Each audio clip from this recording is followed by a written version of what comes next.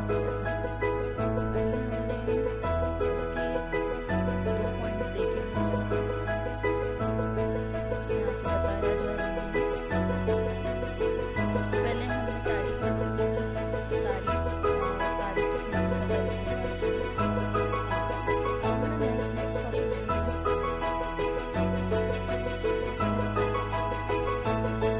Video کو start کرنے سے پہلے پلیز سبسکرائب کرنا چینل پریس بیل آئیکن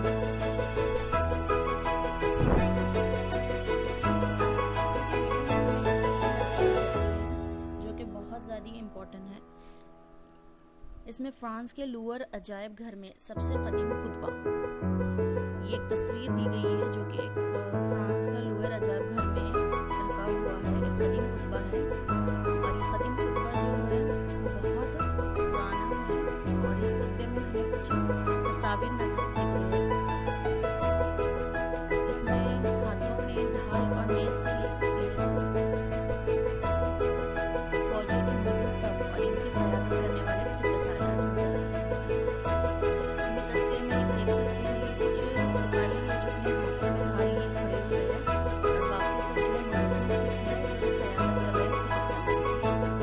یہ ایک تاریخی واقعات ہے اور اس کو تحریری طور پر درج کرنے کے لیے ہم اسے سومر تہذیب سے شروع ہوئی. وہاں کی تہذیب ٹیم جس کو سومر تہذیب کہا جاتا ہے اور سومر تہذیب میں جو حکومت کے بادشاہ تھے ان کے درمیان جو جنگیں ہوئی تھیں کہانی کا تذکرہ اس کتبوں سے ملتا ہے. مطلب پرانے زمانے میں جو جنگیں ہوتی تھی یا جو حالات ہوتے تھے اس کتبوں کے ذریعے سے محفوظ کر دیا جاتا تھا اس میں عمدہ تصاویروں کے ذریعے. اور یہ کتبہ 4500 برس پرانا ہے اور اس میں 2 ریاست کے درمیان جنگ ہوئی تھی جس کا اندراج اس میں کیا جائے. اور فی الوقت یہ جو کتبہ ہے فرانس کے لوور عجائب گھر میں ہے.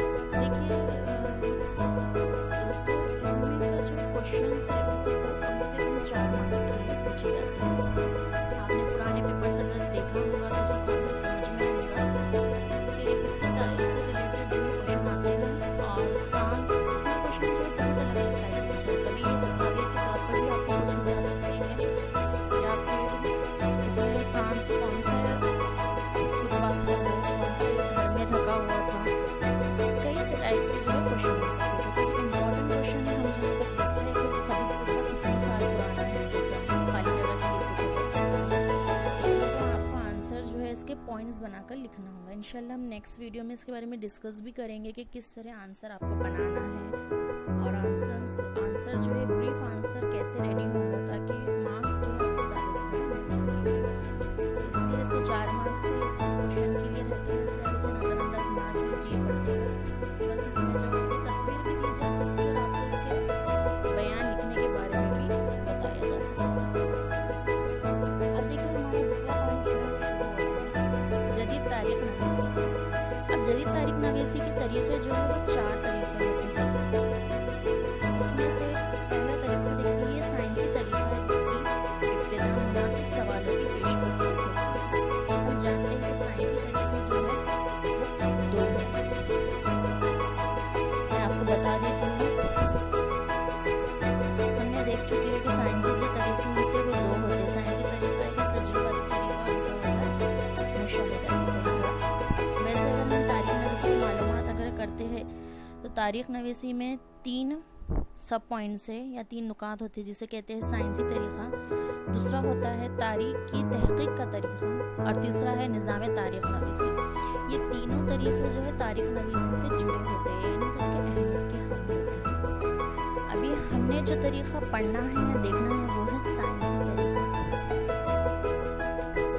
اس میں جو ہے تجرباتی طریقہ ہے اور دوسرا ہوتا ہے مشاہداتی طریقہ. تجرباتی طریقہ سمپل سا ہے جس میں ہم تجربہ کر کے لوگوں کا معائنہ کرتے ہیں اسے کہتے ہیں تجرباتی طریقہ. مطلب خود سے ایکسپیریمنٹ کرنا. اور دوسرا جو ہے وہ ہے ہمارا مشاہداتی طریقہ. مشاہداتی جو طریقہ ہوتا ہے وہ مشاہدہ کر کے لیا جانے والا طریقہ ہوتا ہے.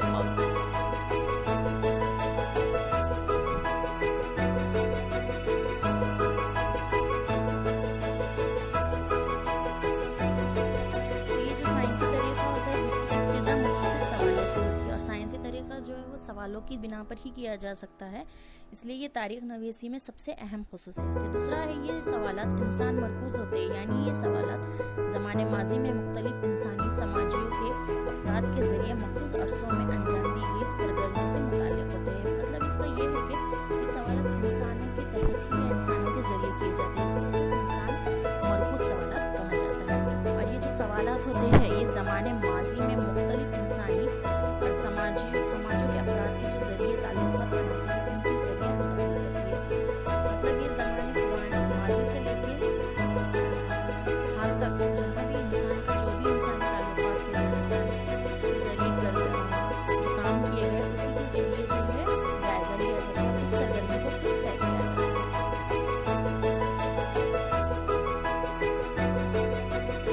تاریخ میں ان سرگرمیوں کا تعلق دیومالی کہانیوں سے جوڑنے کی کوشش نہیں کیا جاتا۔ مطلب دیومالی جو پرانے زمانے کی کہانیاں ہوتی تھی، یعنی اندھی عقائد کی جو کہانیاں ہوتی ان کہانیوں سے جوڑنے کا اس کا تعلق نہیں ہوتا ہے، بلکہ تاریخ صرف اسی پر مبنی ہوتا ہے جو ثبوت اور تجربات کے ساتھ یا مشاہدات کے ساتھ عمل کرتی ہے، ورنہ تاریخ میں جو ہے غیر ضروری باتوں کو اندراج نہیں کیا جاتا۔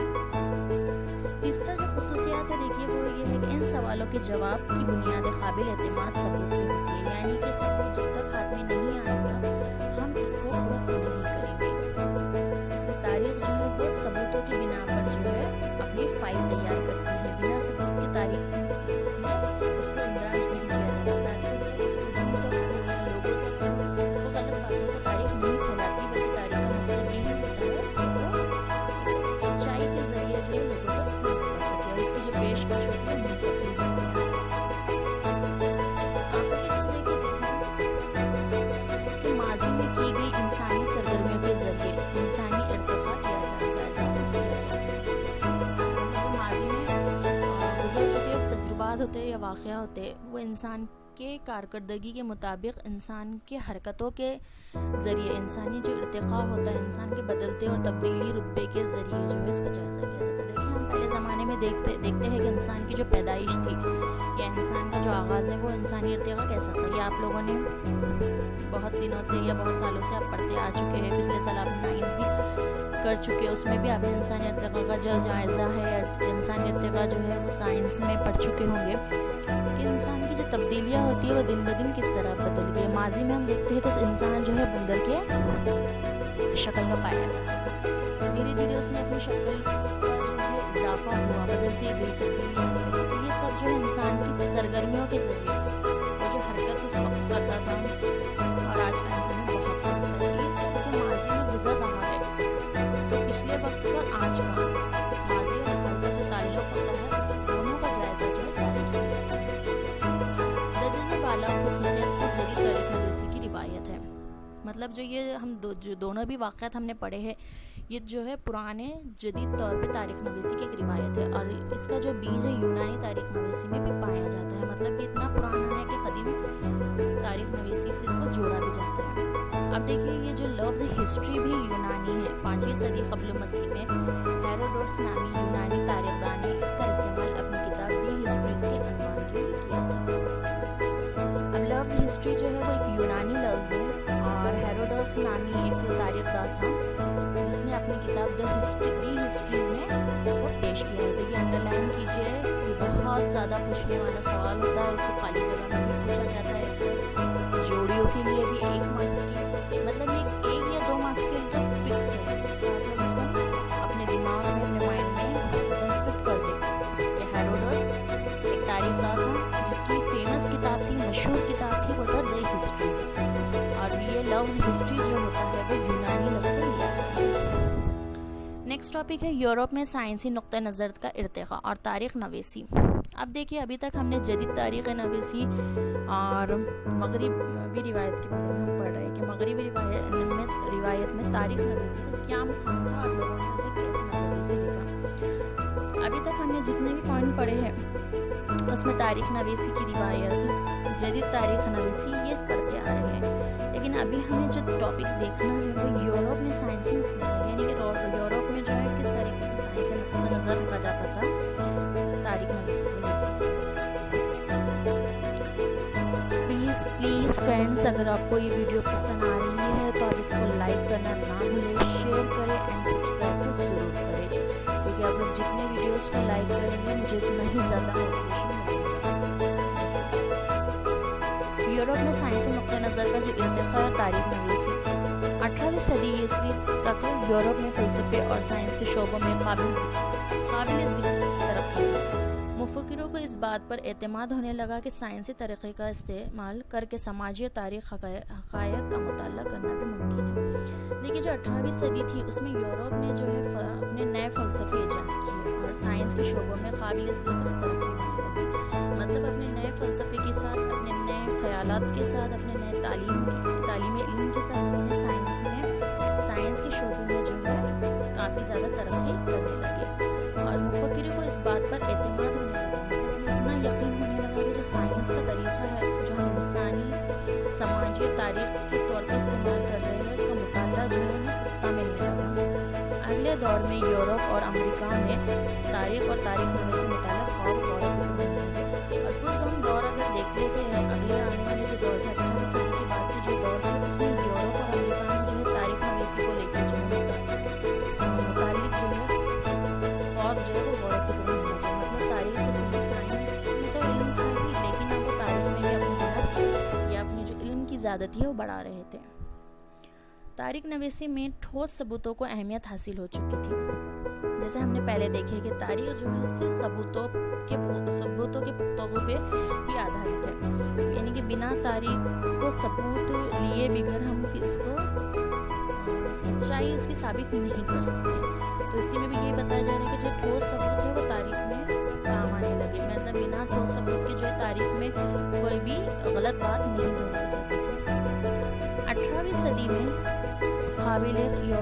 قبل یورپ کی یونیورسٹیوں میں ہر جگہ خدا سے متعلق مباحث اور فلسفے جیسے مضامین کو زیادہ اہمیت دی گئی تھی، لیکن رفتہ رفتہ یہ تصویر بدلنے لگی۔ اب دیکھیے 18ویں صدی سے جو پہلے کا دور تھا اس میں ہم نے دیکھا ہے کہ آپ 9th میں پڑھ چکے ہوں گے کہ یورپ کی جو یونیورسٹیاں تھیں وہاں پہ جو ہے خدا سے تعلق رکھنے والے فلسفے یا پھر مضامین یا خدا پرستی سے زیادہ جو ہے کتابیں پڑھی جاتی تھی اور لوگ اسی کو زیادہ مانا کرتے تھے۔ ان میں تاریخ یا سائنس کا نقطہ نظر جو ہے اتنا عام نہیں تھا، لیکن اس کا جو خیالات ہے وہ دھیرے دھیرے بدلنے لگے۔ 1737 میں جو ہے جرمنی میں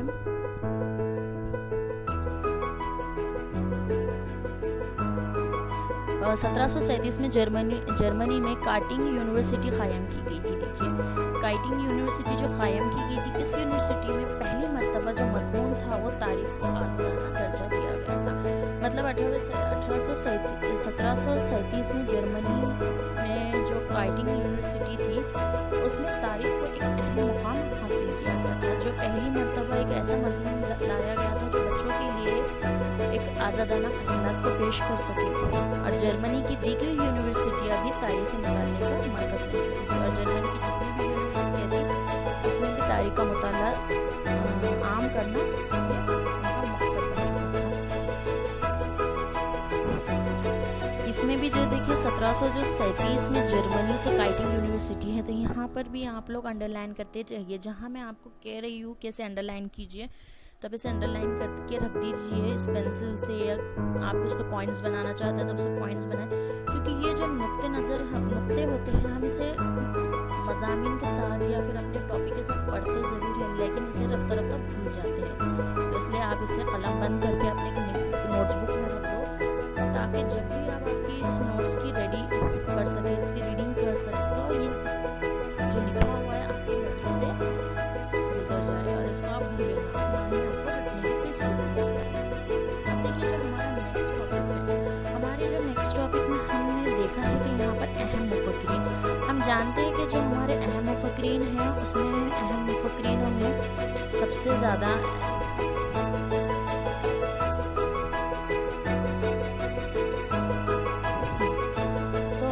دیکھ چکے ہیں کہ ہمارے اہم مفکرین جو ہے وہ کون کون ہیں۔ دیکھیے ہمارے جو اہم مفکرین ہیں وہ ہیں George William Friedrich Hegel, Michael Foucault, Rene Descartes اور کارل مارکس، لیو پیڈان رانکے اینڈ والٹر۔ یہ جو 6 ہمارے اہم مفکرین ہیں اور ان 6 کی بنا پر اب ہمیں آگے کی تاریخ نویسی کی معلومات کو حاصل کرنا ہے۔ انہوں نے بہت الگ الگ طریقے سے دیکھیے تاریخ کے متعلق جو باتیں ہیں وہ بتائی ہے ہمیں۔ انشاءاللہ ہم آنے والے ویڈیوز میں اس کے بارے میں پڑھیں گے کہ اہم تاریخی جو مفکرین تھے وہ کون سے تھے۔ دیکھیے علم تاریخ نویسی کے ارتقاء میں کئی مفکرین کا اہم کردار رہا ہے، جن میں سے ہم چند مفکرین کے متعلق معلومات حاصل کر رہے ہیں۔ اب تاریخ نویسی کے ارتقاء میں یا اس کی تبدیلی میں بہت سارے مفکرین کا نام ہے، لیکن یہ چند ایسے مفکرین ہیں جس کے بارے میں ہمیں معلومات حاصل کرنا ضروری ہے، یا یہ تاریخ نویسی سے بہت زیادہ تعلق رکھتے ہیں۔ تو پہلے ہے رینے ڈیکارڈ، جو کہ 1596 سے لے کے تو 1650 تک ان کا وقفہ رہ چکا ہے۔ یہ خیال پرزور طریقے سے پیش کیا جاتا تھا۔ تاریخ نویسی میں استعمال ہونے والے تاریخی وسائل خصوصاً دستاویزات کی تصدیق نہایت ضروری ہے۔ ان مفکرین میں رینے ڈیکارڈ نامی فرانسی فلسفی پیش تھے۔ ان کی تصنیف کردہ ڈسکورز اینڈ دی میتھڈ نامی کتاب کی اصولی سائنسی تحقیق کے نظریے سے کافی اہم مانا جاتا ہے۔ جب تک بلا شک شبہ کسی واقعے کی سچائی قابل اعتماد نہیں ہے، اسے ہرگز قبول نہیں کرنے کی سمپل طریقہ ہے۔ جو رینے ڈیکارڈ ہے ان کی جو فیمس کتاب ہے، ہمیں اتنا ہی یاد رکھنا ہے جو سب مین پوائنٹ ہے، ہم مین پوائنٹ اس کے پڑھتے چلیں گے تاکہ ہمیں پڑھنے میں کوئی دقت نہ ہو۔ تو اس کے جو مین پوائنٹ ہے ہم وہی دیکھیں گے۔ کتاب آپ کے پاس زیادہ علم حاصل کرنا ہے یا پھر آپ کو کتاب سے کچھ لینا ہے، معلومات آپ کے پاس کتاب ہے، اس لیے آپ اس کو ریڈنگ کر سکتے ہیں بعد میں، لیکن ابھی جو ضروری پوائنٹ ہے اگر میں وہ زیادہ اہم ہوگا،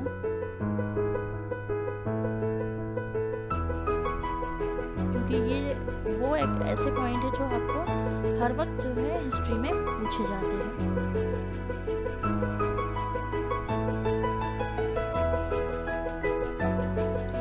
آپ اس کی اسنیپ یا پھر اس ڈائیگرام کو آپ بعد میں بنا سکتے ہیں۔ یہ ڈائیگرام بہت زیادہ کارآمد ثابت ہوں گی اور آپ کو یاد کرنے میں بھی اچھا ہوگا۔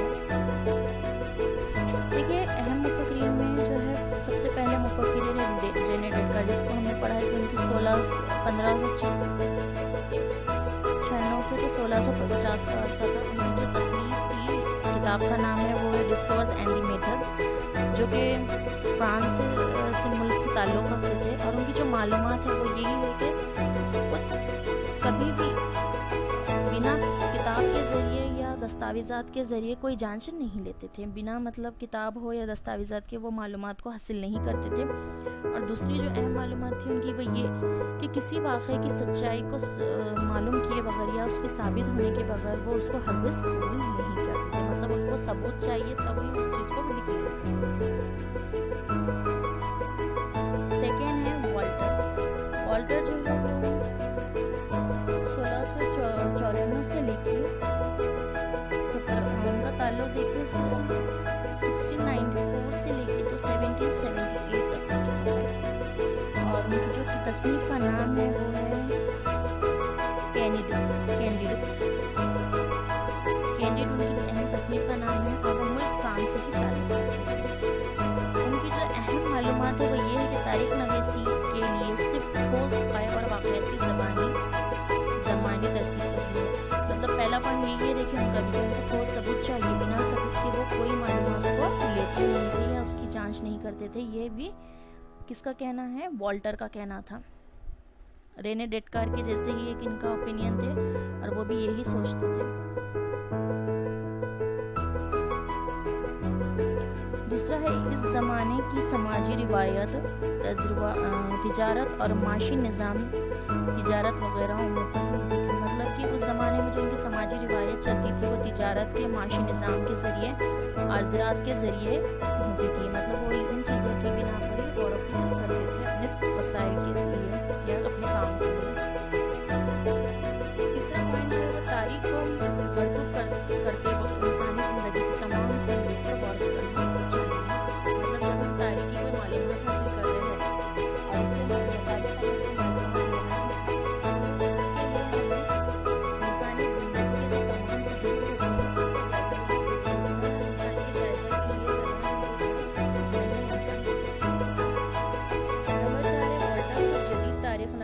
بانی کہا جاتا ہے. جو والٹر ہے اس کو جدید طریقے کے نویسی کا جو بانی ہے وہ کہا جاتا ہے. مطلب جدید تاریخ نویسی میں جو ہم نے اہم 4 خصوصیات پڑھی تھی ان 4 خصوصیات میں سے والٹر کو جو ہے اس کا بانی کہا جاتا ہے. مطلب 4 جو جدید خصوصیات ہیں وہ والٹر کی بنائی کردہ ہیں, اس کی وجہ سے اسے اس کا بانی کہا جاتا ہے. اب آگے کے دیکھیے ہمارا 3rd اہم مفکرین جو تیسرے ہے وہ جارج ولیم فریڈرک ہیگل ہوں گے. تو انشاءاللہ ہم اس کی جو ویڈیوز ہیں یعنی اس کی جو معلومات ہے وہ نیکسٹ ویڈیو میں حاصل ضرور کریں گے. ابھی تک ہم نے والٹر کا دیکھا ہے تو آپ یہاں تک ایک مرتبہ ریویژن کر دیجئے. اس کے جو پوائنٹس ہیں وہ آپ نکال کر اپنی بک پہ قلم بند کر دیجئے. اور اس ویڈیو سے ریلیٹڈ نیکسٹ چیپٹر میں ہم نے جو پڑھائی لی تھی یا کروں تو اس میں بھی اگر آپ کو کوئی ڈاؤٹس وغیرہ ہیں تو آپ مجھے کمنٹ میں پوچھ سکتے ہیں. جو ٹاپک پہ آپ ویڈیوز چاہتے ہیں آگے بھی تو اس کے بارے میں بھی آپ کمنٹ میں کوشچنس کر سکتے ہیں. انشاءاللہ میں آپ سبھی کے جواب دینے کی پوری کوشش کروں گی. اور ویڈیو کو پلیز لائک سبسکرائب کیجئے. اور اگر مجھ سے اس ویڈیو میں کوئی غلطی ہو گئی ہے تو مجھے اس غلطی کے لیے آپ معاف کیجئے. تو اللہ حافظ اس ویڈیو کو دیکھنے کے لیے.